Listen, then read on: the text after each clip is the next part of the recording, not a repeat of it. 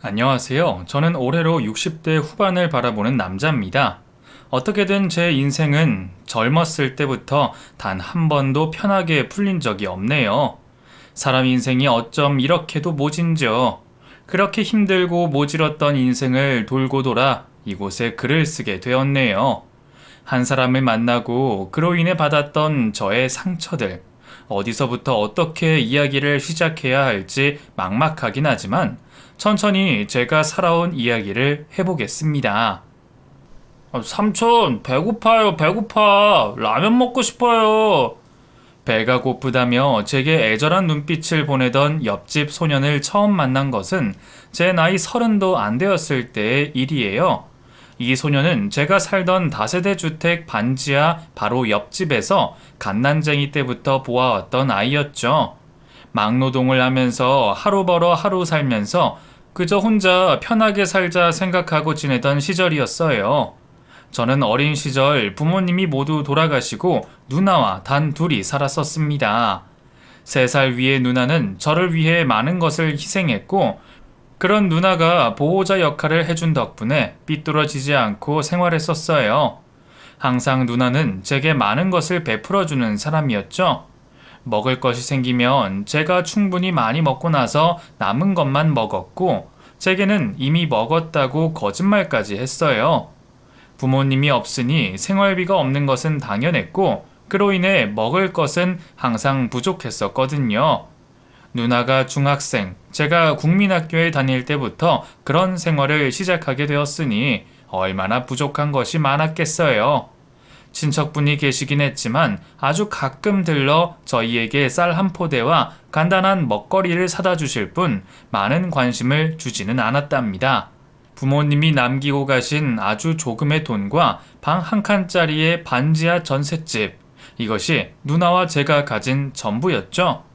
저희의 어려운 사정을 잘 알고 계시던 동네 가까운 이웃 아주머니와 슈퍼를 하시던 아주머니께서 저희 남매를 많이 도와주셨어요. 특히나 슈퍼 아주머니는 자신의 아들이 입던 옷을 제게 자주 물려주셨는데 아무리 낡고 유행이 지났다고 해도 제게는 너무나 감사할 뿐이었습니다. 이거 동생이 입혀. 우리 아들이 이번에 쑥 크는 바람에 옷이 작아져 버렸네.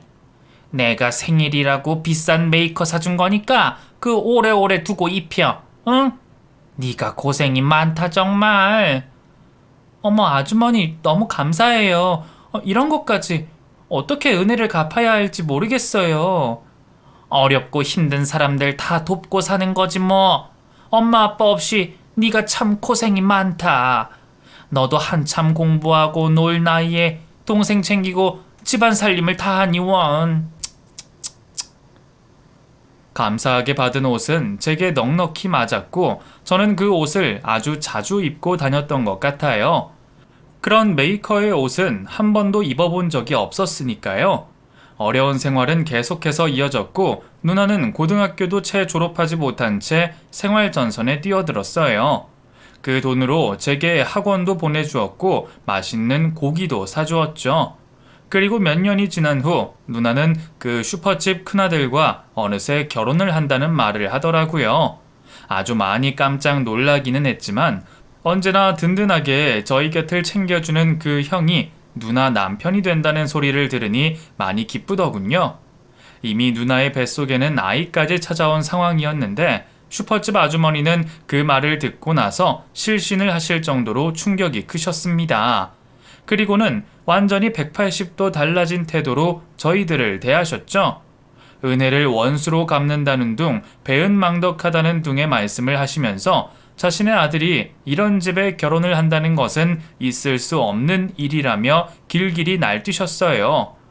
우여곡절 끝에 누나는 슈퍼집 아들과 결혼을 하게 되었고 얼마 후 아이를 낳았죠. 슈퍼집 아주머니의 온갖 구박과 멸시를 받으면서 누나는 결혼 생활을 이어갔어요. 그래도 아이를 낳으니 너무나 행복해 보였고 매형도 누나와 아이를 위해 아낌없는 사랑을 주는 모습이 보기 좋았어요. 저도 어느덧 성인이 되어 작은 공장에 취직을 했고 누나도 가정을 이루고 아이까지 낳아 행복하게 살고 있으니 앞으로의 인생은 모두가 행복하게 살아갈 수 있을 것이라는 생각을 하고 지냈어요. 하지만 저희 남매의 행복은 거기까지였나 봅니다. 결혼 후 3년 정도가 지났을 때 매형은 다른 여자와 바람이 났고 아이를 데리고 떠난다고 하더군요. 누나의 시어머니인 그 슈퍼집 아주머니는 오히려 잘 됐다고 하시면서 올바른 가정에서 가정교육 잘 받고 자란 여자니까 저희 누나보다 훨씬 더 아이를 잘 키울 수 있다고 하셨어요. 얼마나 기가 막히고 황당하던지 누나는 그때 며칠간 실신을 반복하면서 사람 사는 꼴이 아닐 정도였답니다. 저는 그때 다짐했어요. 어떤 일이 있어도 저와 연을 맺은 사람을 꼭 지켜주자고요. 누나가 아이를 힘없이 빼앗기듯 하는 모습을 보면서 제가 정말 가슴이 아팠거든요. 그 후로 저는 군대를 다녀왔고 누나는 먼 지방으로 도망치듯 떠나버렸죠. 군대에서 얼마나 많은 시간을 그 매형과 슈퍼 아주머니를 원망했는지 모릅니다. 왜 저한테는 이런 시련이 찾아와야 하는지 세상을 원망하기도 했어요. 그 어린 아이는 무슨 죄가 있다고 자기를 낳아준 엄마와 헤어져서 살아야 하는지, 그렇게 군대를 다녀온 후 한동안 방황을 하다 일용직 일자리를 구하고 적은 돈으로 반지하 단칸방을 구했어요. 옆집에는 심성이 너무나 착하신 부부와 갓난쟁이 아이가 함께 살고 있었고요. 부부는 너무 인상도 좋으시고 오고 가며 저를 마주칠 때마다 반갑게 인사해 주셨어요. 혼자 외롭게만 살았는데 저를 그렇게 반갑게 맞이해 주시니 저도 마음이 가더라고요. 시간이 지나며 저는 그분을 김씨 형이라고 부르고 형수님이라고 부르게 되었고 서로 점점 더 가까이 지내게 되었어요. 김씨 형네 부부는 정말 열심히 사시던 분이었는데요. 두 분 모두 일을 하셨는데 형수님은 아주 약간 정신지체를 갖고 계셨고 김씨 형은 말을 많이 더듬는 사람이었습니다. 두 분은 같은 공장에 다니고 계셨는데 하루하루를 바쁘게 열심히 살아가고 계셨어요. 특히나 형수님은 아이를 등에 업고 공장에 나가는 일이 많으셨는데 그때마다 아이가 많은 먼지를 먹게 되는 것을 안타까워 하셨어요. 그 당시에는 어린이집 같은 곳에는 돈을 내고 다니는데 거기에 아이를 보낼 형편은 안 된다고 씁쓸해 하셨죠. 아이고, 우리 아가 너무 불쌍해. 엄마 등에 업혀서 공장 가서 나쁜 먼지 마시고. 형수님이 일을 좀 쉬시면 안 돼요? 그 아이가 거기 공장까지 따라가는 건 너무 위험할 것 같은데. 안 돼요. 안 돼, 삼촌. 우리 돈 없어요. 돈 많이 드는데 돈 없으면 애기 못 키워요. 나중에 우리 애기 집도 사주고 해야 되면 돈 벌어서 열심히 모아야 해요. 그래도 형수도 아이도 너무 힘드니까. 나 안 힘들어요. 하나도 안 힘들어요. 애기만 힘들어. 우리 애기 불쌍해. 난 어떻게 돼도 좋은데 우리 애기만. 순수한 마음을 가진 형수님은 아이를 어떻게든 잘 키워보고 싶으시다며 돈을 벌어야 한다고 하셨어요. 그래서 꾸역꾸역 아이를 데리고 공장에 나가시는데 아마 그곳에서도 아이를 데려온다며 눈치를 많이 주는 것 같더라고요. 나중에 알게 된 건데 형수님이 조금 모자란 것을 알고 일은 일대로 많이 시키고 돈은 남들에 비해 훨씬 조금 준다고 했어요. 그래도 그것도 감사하다면서 아이까지 포대기에 들쳐업고 해맑은 미소로 출근을 하셨죠. 주말이 되면 혼자 있는 저를 불러 꼭 밥도 같이 먹자고 해주시고 맛있는 음식도 나눠주시는 김씨영네 부부에게 저도 뭔가를 해주고 싶었어요. 그래서 제가 일을 나가지 않는 날에는 아이를 봐준다고 했죠. 그 아이는 꼭 제 조카처럼 흰 피부에 보조개가 쏙 들어가는 귀여운 얼굴을 하고 있었거든요. 조카와 그렇게 헤어지고 못 보니 너무나 그립고 힘들었는데 이 아이를 보니 조금 마음의 위로가 되어서 저도 많이 예뻐했거든요.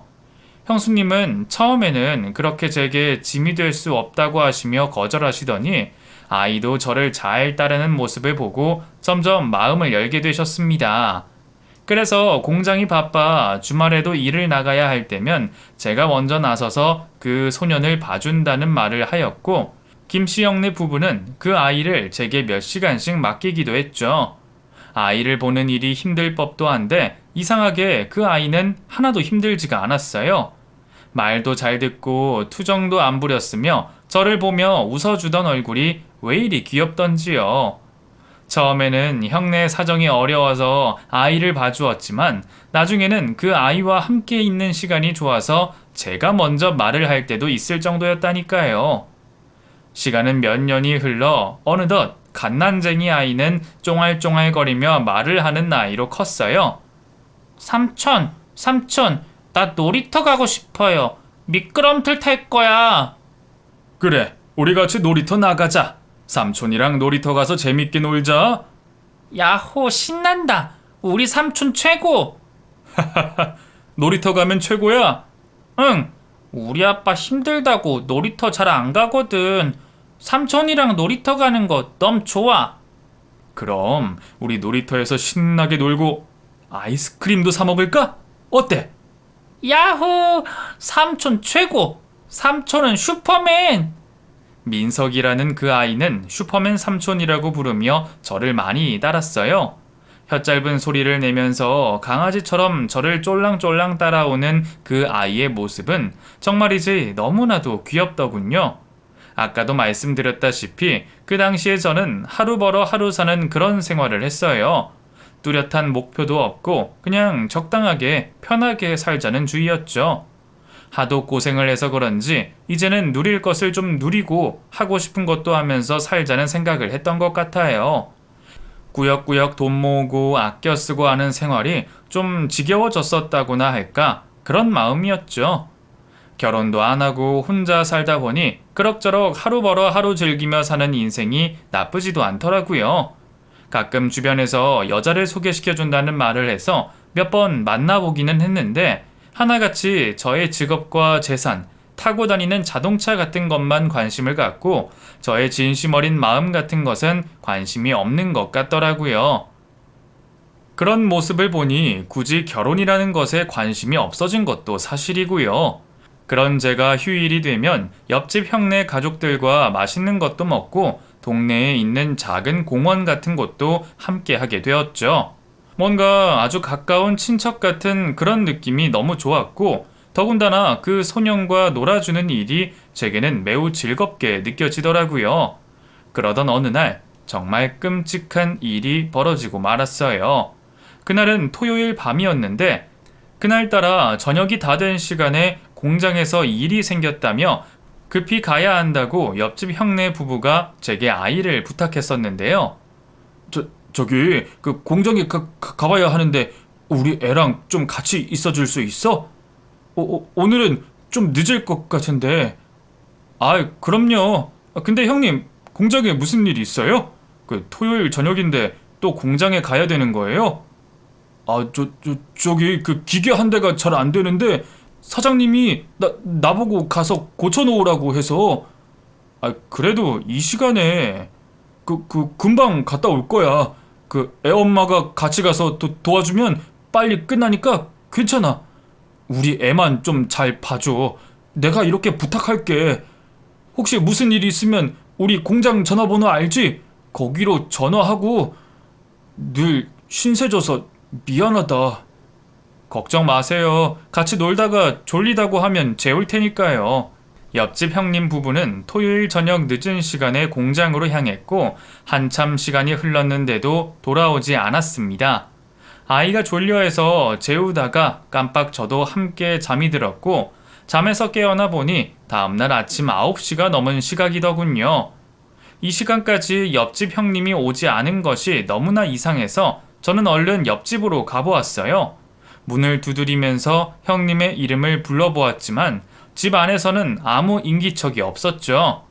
아무리 그래도 아이를 맡겨놓고 이렇게 전화 한 통 없이 꼬박 날밤을 새우실 분들은 아닌지라 저는 불길한 예감이 들더라고요.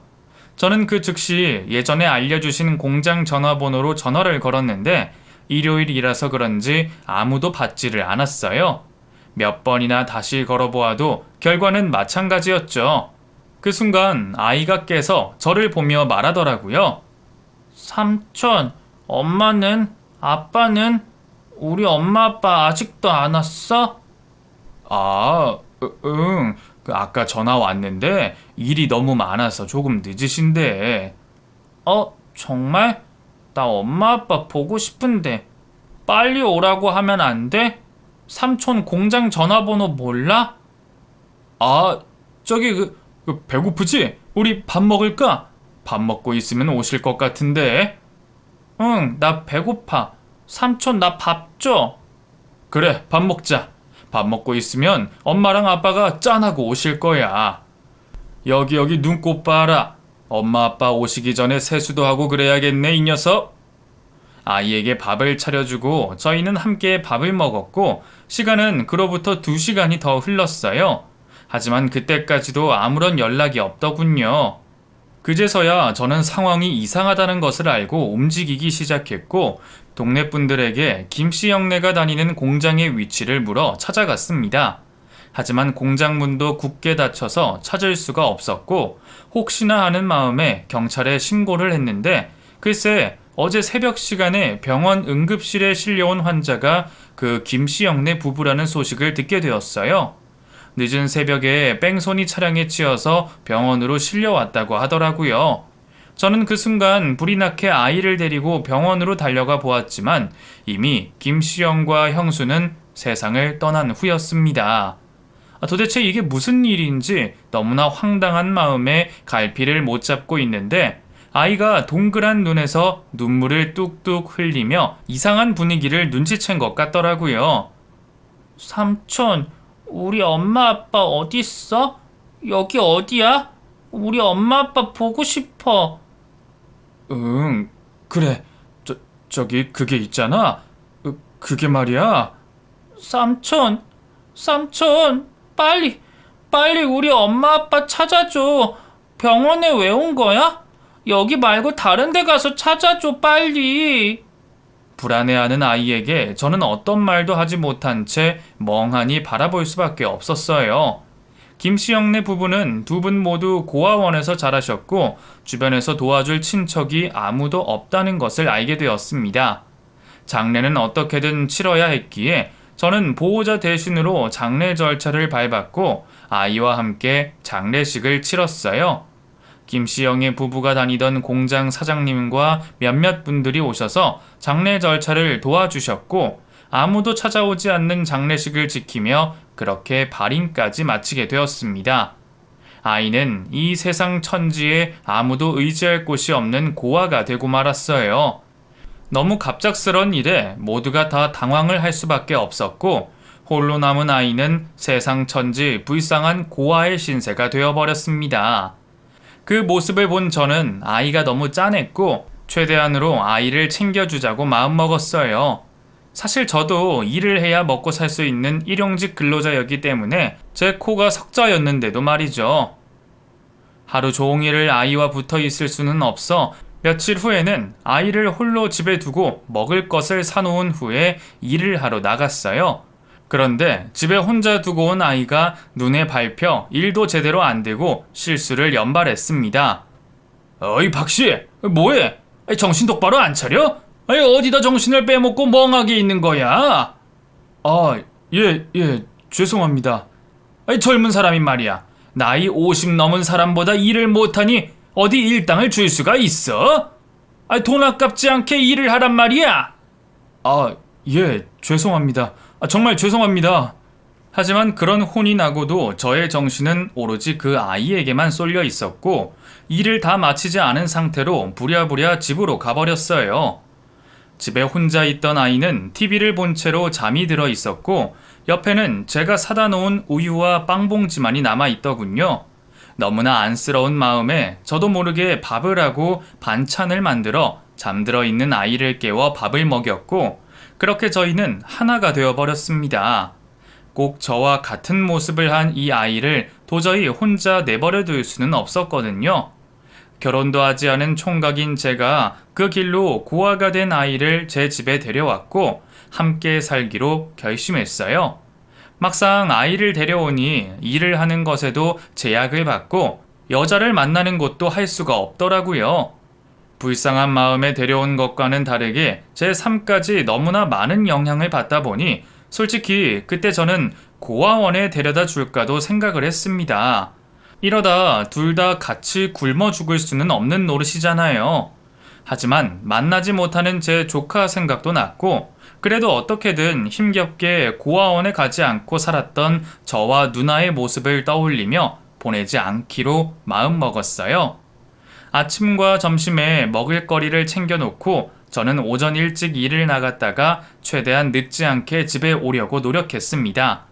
이 아이도 저밖에는 기댈 사람이 없다는 것을 알았는지 제게 예뻐 보이려고 정말 예쁜 말을 많이 하더라고요. 삼촌, 배 안 고파? 내가 빵 줄까? 아까 저쪽 아줌마가 빵 하나 갖다 주셨는데 내가 삼촌 먹으라고 남겨놨어. 아니야, 삼촌은 괜찮아. 너 많이 먹어. 삼촌은 일하면서 누가 주신 거 조금 먹었어. 그래? 그럼 삼촌, 내가 어깨 주물러 줄까? 어깨 아프지 않아? 힘들었지? 괜찮아. 삼촌은 괜찮으니까 삼촌 걱정은 하지 않아도 돼. 제 눈치를 보면서 예뻐 보이려 노력하는 아이를 보니 왠지 마음이 짠해서 눈물이 핑 돌 정도였어요. 그렇게 시작된 그 아이와 저의 동거는 시간이 갈수록 점점 깊은 정을 나누며 살게 되었고, 저는 피땀 흘려 번 돈의 거의 대부분을 그 아이에게 쏟아부으며 헌신적으로 일을 했어요. 주변에서 저보고 다들 미쳤다고 하더군요. 결혼도 안 한 총각이 저런 고아를 데려다가 키우면 장가도 못 가고 나중에 배신당할 수도 있다고 말이죠. 애초에 머리 검은 남의 집 짐승은 거두는 것이 아니라며 이 얘기 저 얘기 다들 하셨지만 아랑곳하지 않았습니다. 그로부터 6, 7년쯤이 흘러 이 소년도 어느덧 한창 예민할 중학생이 되었어요. 저는 그때도 여전히 피땀 흘려 일을 하며 이 아이의 학원비와 생활비를 아낌없이 지원해주고 있었죠.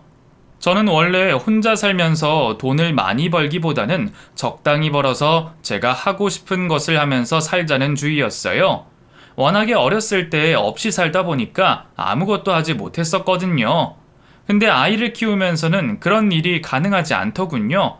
한 푼이라도 더 벌어야 이 아이에게 들어가는 돈을 메꿀 수가 있게 되더라고요. 처음엔 이 아이가 제 눈치를 보면서 같이 살아주는 것 자체를 감사하게 생각했는데, 시간이 지나면서 이 아이에게 너무나 당연한 것이 되어버린 것 같았어요. 돈을 내놓으라는 말도 어쩌면 그렇게 자연스럽게 하던지 가끔씩 진이 빠지게 만들 때가 한두 번이 아니었네요. 삼촌, 나 방학해서 내일 모레 친구들이랑 놀이동산 놀러 가기로 했어. 10만 원만. 응? 놀이동산이 무슨 10만 원이나 하니? 그렇게 비싼데요? 삼촌 꽉 막혔네. 놀이동산 가서 자유이용권 끊어서 놀고 맛있는 것도 사 먹고 친구들이랑 오락실도 가고 할 게 얼마나 많은데. 왜? 아까워? 가지 마? 아니 그게 아니라 남들 다 가는 놀이동산도 나는 갈 주제가 안 되는구나. 그런 거야?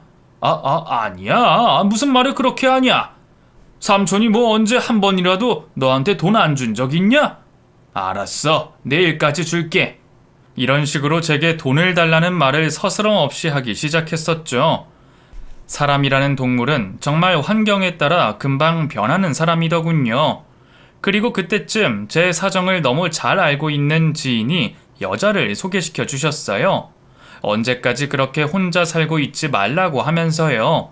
그 여자는 일반 여자와는 다르게 굉장히 착하고 배려할 줄 알아서 저의 이런 상황도 안쓰럽게 여기고 만날 의향을 밝혔다면서 말이죠. 저도 남자인데 왜 외롭지가 않았겠어요. 그런 말을 들으니 당장이라도 그 여자를 만나고 싶었죠. 지인의 말대로 너무나 예쁜 마음씨를 갖고 제게 긍정적인 말을 많이 해주더라고요. 덕배 씨는 정말 복 받으실 거예요. 그런 분 없으신데. 아닙니다. 누구라도 그런 상황이 오면 그렇게 하셨을 거예요. 아니에요. 요즘 세상에 누가 그렇게 살아요. 다들 자기 살 길 바쁜데. 그런 마음씨를 가지신 분은 거의 없으실 거예요. 덕배 씨 너무 보기 좋으십니다. 보기 좋으면 뭐랍니까? 덕분에 이렇게 계속 혼자 살고 있는데요. 이제라도 인연을 만들어 나가면 되죠.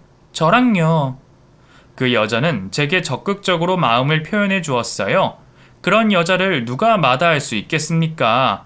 하늘에서 내려온 천사 같은 그녀와 저는 불꽃 튀는 연애를 시작했고 머지않아 저희는 결혼까지 하기에 이르렀어요. 그리고 결혼한 지 얼마 되지 않아 아이까지 생겼습니다. 처음에는 아내에게 아이를 낳지 말자는 말까지도 했었어요. 제가 데려온 민석이에 대한 어떤 책임감이 너무나 컸었나 봅니다. 아이를 낳으면 제가 이전처럼 민석이에게 잘 하지 못할 것 같다는 생각이 들었거든요. 불쌍한 아이이고 제가 책임지려고 데려온 아이니까요. 하지만 어디 사람이 마음같이 되지는 않잖아요. 온전히 저의 실수로 그만 아이가 생겨버리고 말았어요.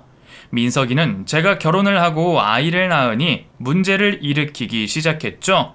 말투 하나부터 시작해서 저와 아내에게 대하는 태도가 너무 버릇이 없었고 학교에서도 친구들을 때리고 다니면서 가출까지도 하더군요. 제가 결혼을 한 자체에 대해서 불만이 많았고 자신의 처지에 대해서도 삐딱한 이야기를 하는데 상상도 하지 못한 행동에 저는 점점 실망을 감출 수가 없었어요. 아이씨 짱나. 나 그래서 언제 버릴 건데. 그냥 차라리 나가라고 해. 나 같은 건 안중에도 없으면서. 뭐? 이 녀석아, 너 그게 무슨 말이니? 맞잖아. 아저씨는 나 같은 거 신경도 안 쓰니까 결혼한 거 아니야.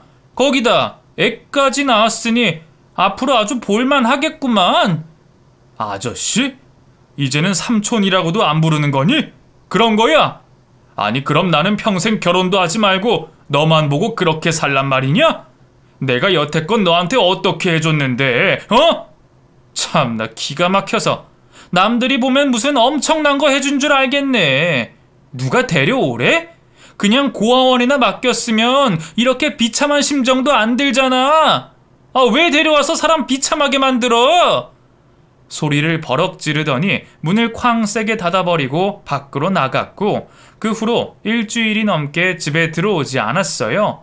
며칠 밤낮을 잠도 못 자고 그 아이를 찾으러 미친놈처럼 밤거리를 헤매고 다닌 제 모습이 어쩔 때는 한심스러워 보이기도 했지만 그래도 이미 그 아이는 제게 가족이었습니다. 이런 제 마음을 아는지 모르는지 안팎으로 말썽만 부리고 다니는 그 아이가 저는 몹시 안타까웠어요. 그 부모의 천사 같은 모습을 생각하면서 언젠가는 이 아이도 제자리로 돌아올 것이라는 생각을 하면서 기다려주기로 했죠. 아내 역시 이런 저의 마음을 잘 알고 보듬어 주었고 이 아이에게 헌신적으로 대하려고 노력해 주더라고요. 자신에게 버릇없이 구는 것을 알면서도 이해해 주려고 하니 얼마나 제가 감사한 줄 몰라요. 민석이가 그때 집을 나간 지 일주일이 지난 후 경찰서에서 연락이 왔어요. 동네 슈퍼를 털다가 걸려서 주인을 폭행까지 했다고 하는 거예요. 놀란 마음에 얼른 경찰서로 뛰어갔고 그곳에는 친구들 세 놈과 함께 있는 그 아이를 보게 되었죠.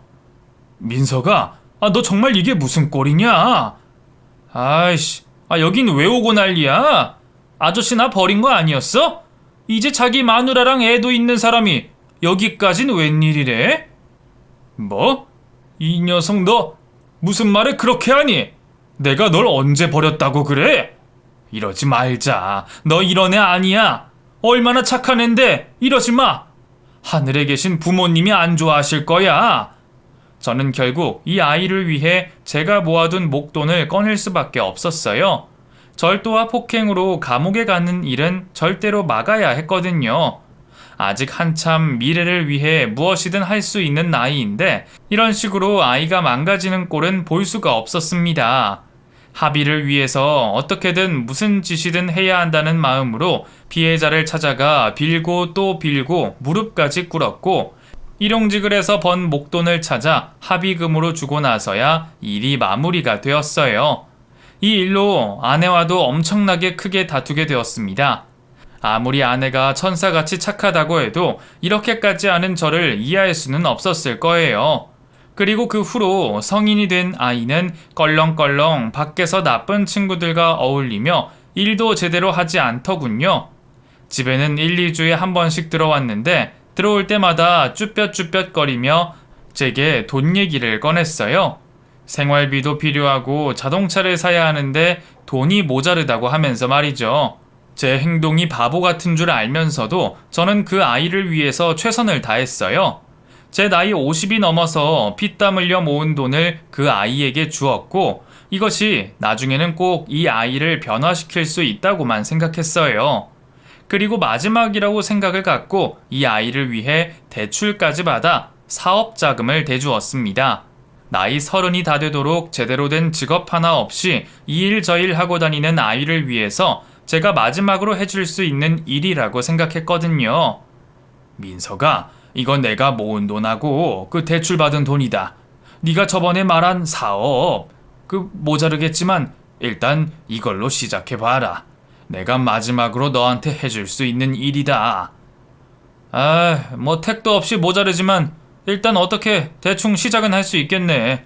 삼촌 고마워. 역시 삼촌이야. 뭐? 이럴 때만 삼촌이냐? 요 녀석. 나는 이미 오래전 너를 내 큰아들로 생각하고 키웠다. 아저씨고 삼촌이고 이런 거 말고 내게 아버지라고 이제는 좀 불러줘도 되지 않겠냐? 아버지? 아버지는 무슨 아버지? 따로 자기 핏줄 애도 낳으신 양반이. 민석이는 제게 단 한 번도 아버지라 부른 적이 없었어요. 자기가 기분이 좋을 때는 삼촌이 되었고 자기 기분이 내키지 않을 때에는 아저씨라는 소리도 내뱉었죠. 그래도 뭐 어쩌겠어요. 그 소리를 들으려고 데려와 키운 것도 아닌데요 뭐. 제가 구해준 돈으로 민석이는 열심히 일을 했었어요. 운때가 좋아 나름대로 사업이 안정을 찾아서 어느 정도의 수익을 올리게 되었고 그 후로 결혼을 하게 되었죠. 예비 처가댁에서의 민석이는 엄청 예의 바르고 착한 아들로 인식되어 있더군요. 상견례를 하는 자리에서 처음 만나게 된 사돈은 아들을 잘 키우셨다며 제게 말씀하시는데 아마도 지난 사정 같은 것은 전혀 이야기를 하지 않았던 모양이에요. 상견례 자리에서 제게 처음으로 아버지라는 소리를 했고 우연인지 저와 성씨도 같았기에 사돈들은 아무런 의심을 하고 있지 않았어요. 상견례 자리에서 제게 깍듯이 대하는 연기를 하는 민석이를 보면서 솔직히 약간 소름도 돋았습니다. 이놈이 이렇게까지 가면을 쓰고 행동을 할 수 있는 놈인가 싶어서요. 사돈댁은 어느 정도 경제적으로 여유도 있으셨고 자식도 좋은 대학교에 보낼 만큼 교육적인 관심이 많으신 분들이셨어요. 그래도 고졸밖에 되지 않는 민석이를 받아준 것은 그놈의 됨됨이가 굉장히 잘 되었다고 생각했기 때문이라고 하더군요. 겉으로는 그런 식으로 포장을 하고 다녔었으니까요. 더군다나 그 당시 민석이가 하던 사업이 노인 요양과 관련된 사업이었기 때문에 더더욱 그런 생각을 하셨던 것 같아요. 다행으로 민석이는 결혼까지 잘 하게 되었고 그 모습을 본 저는 이제 더 이상 제가 신경 쓸 것이 없다고 생각하며 아내와 함께 안도의 한숨을 내쉬었어요. 다만 아내 몰래 제게 남은 모든 것을 다 민석이에게 베풀어 주었기에 저는 앞으로 대출 이자를 갚기 위해서 더욱 열심히 돈을 벌어야 했어요. 몸이 아파도 쉬는 날 없이 일을 해야 했기에 조금 무리가 되어도 일터에 나갔죠. 그러던 어느 날 저는 일을 하다가 헛발을 디뎌버리고 바닥으로 떨어지고 말았어요. 무거운 짐을 어깨에 메고 일을 했는데 그날따라 다리가 후들거리고 힘이 없었거든요. 2층의 높이에서 떨어지면서 제 다리 한쪽은 완전히 만신창이가 되어버렸고 결국 다리 한쪽은 제대로 된 기능을 하지 못하며 질질 끌고 다녀야만 하는 수준에 이르게 되었죠. 일도 하지 못하게 된 저는 어디 마트에서 허드렛 일이라도 하려고 알아보았지만 이렇게 나이 먹고 다리까지 저는 저를 써주는 곳은 아무데도 없더라고요. 어떻게든 제가 벌어먹여 살려야 하는 가족이 있기에 폐지라도 주어야 할 판국에 이른 저는 그래도 제가 뼈 빠지게 먹여 살린 민석이를 찾아갔습니다. 저기 우리 민석이 바쁘냐? 뒤지게 바빠요. 이 시간에 웬일로 나한테 왔대?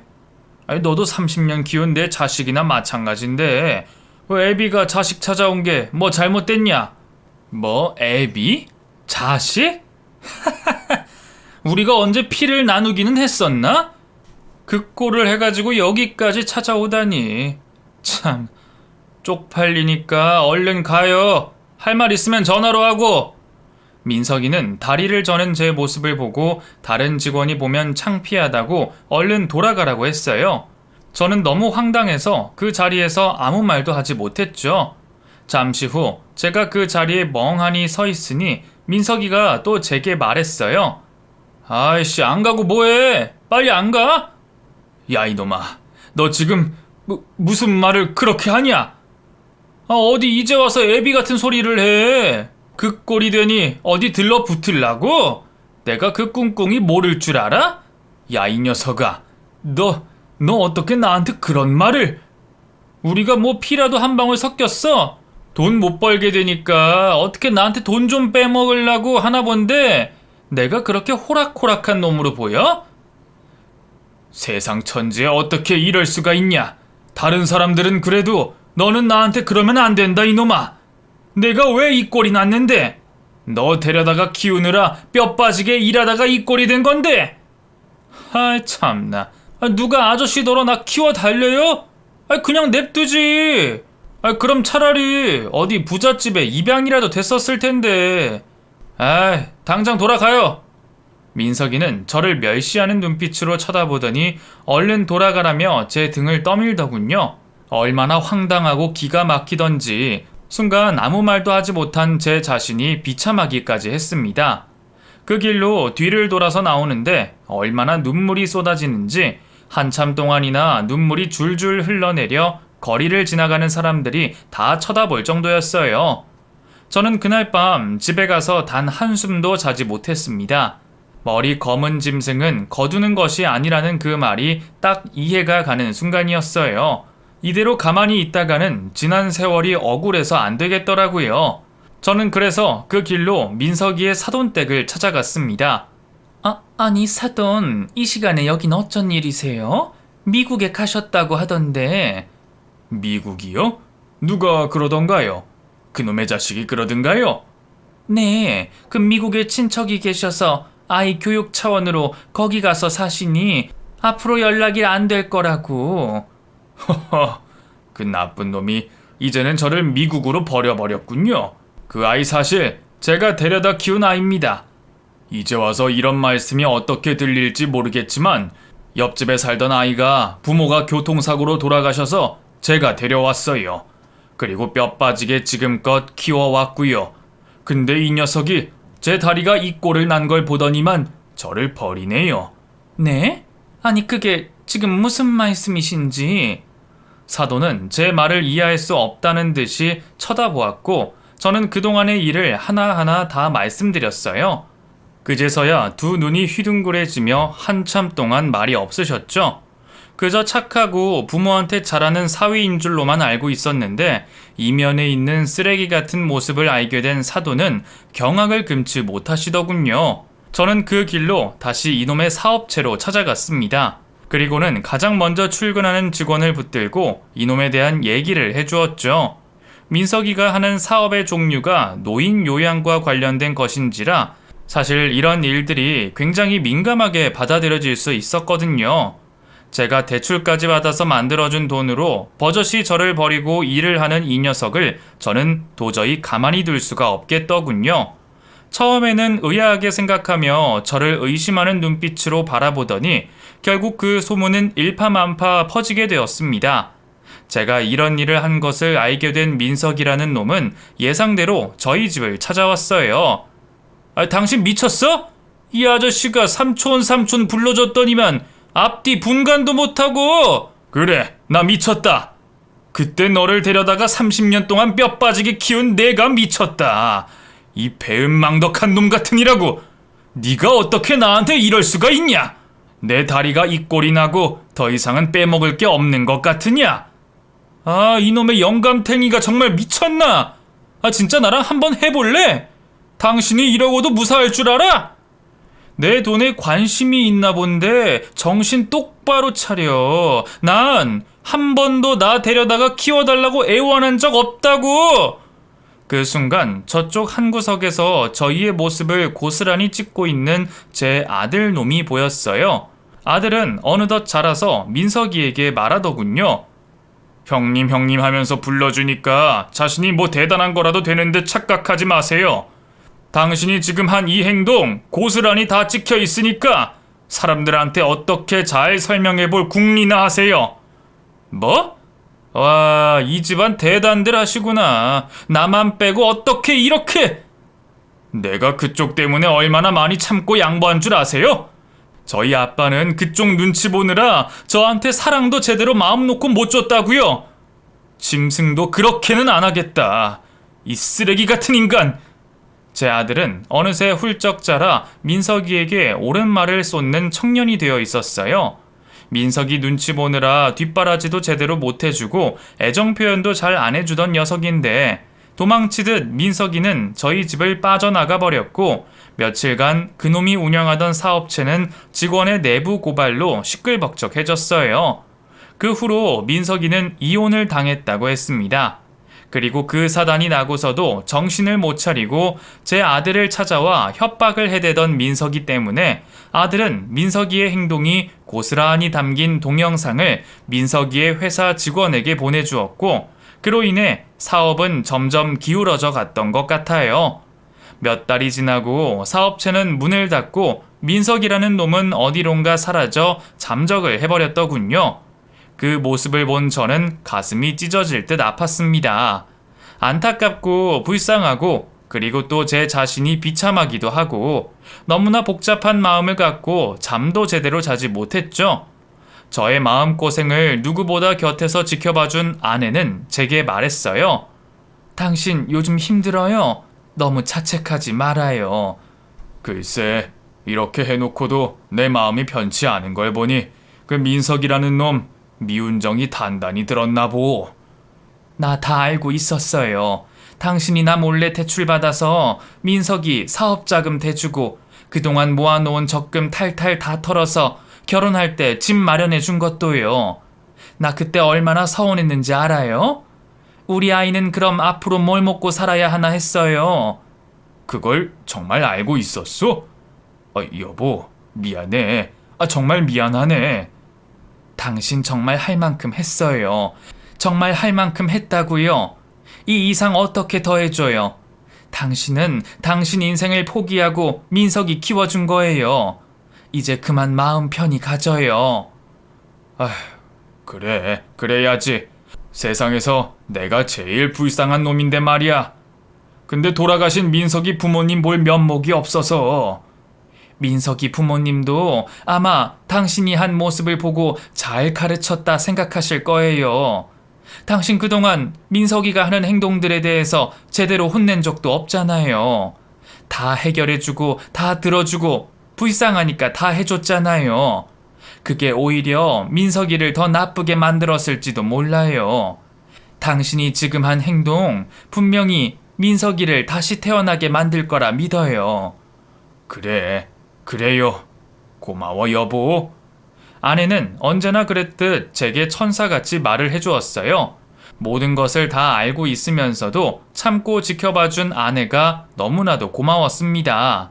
저는 그 후로 다리를 절면서 단순하게 앉아서 일을 하는 공장에 취직을 하게 되었고 그곳에서 열심히 일을 하고 있답니다.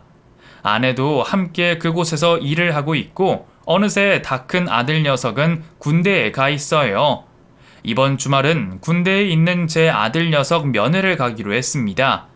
이 녀석이 말썽 피우는 민석이라는 놈 때문에 제대로 아빠 사랑도 못 받고 늘 양보하고 참고만 있었거든요. 이제는 그동안 못다한 것들 다 해줄 겁니다. 늦게나마 아빠 노릇 좀 제대로 해볼 생각이에요. 민석이도 그 어디에선가 정신을 차리고 자신의 인생을 새롭게 개척해 나가길 바라고 있습니다. 돌아가신 부모님을 생각해서라도 그놈이 그렇게 살면 안 될 텐데 먼 훗날 자신이 잘못했다며 다시 저를 찾아와 빈다면 그때 모든 것을 용서해 줄 생각도 하고 있어요. 그것이 그놈을 위한 진정한 삶의 교육이니까요. 저는 요즘처럼 행복한 삶은 없었던 것 같네요. 돈은 없지만 소소하게 행복을 누리며 가족과 살아가는 것이 인생 최고의 성공이라고 생각해요. 어린 시절부터 너무나 힘든 삶만 살았지만 이제는 그 모든 것이 다 보상받는 느낌이랄까요? 복잡하고 어지러운 마음 하나 없이 편안하게 잘 살고 있답니다. 여러분들도 소중한 가족과 행복을 느끼며 오래오래 건강하게 사시길 바라면서 이 글을 마치겠습니다.